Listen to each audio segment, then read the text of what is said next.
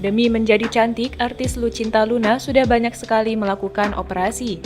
Mulai dari operasi perubahan alat kelamin hingga operasi perubahan bentuk wajah dan leher.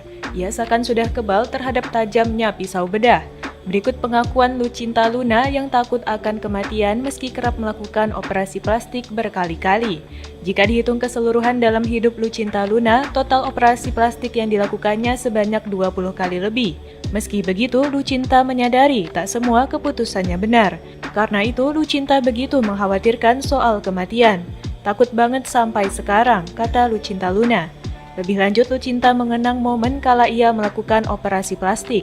Ia takut tak akan bangun lagi usai mendapat obat bius dan melakukan serangkaian operasi plastik. Lucinta pun khawatir bila sampai ajalnya tiba, ia tak kunjung bertobat dengan benar kepada Tuhan. Ia berharap sampai saat itu tiba, segala kesalahan dan dosanya diampuni. Namun Lucinta mengaku pasrah akan segala konsekuensi dan hukuman yang kelak akan ia dapat. Itu sebabnya Lucinta mengaku belum siap akan kematian.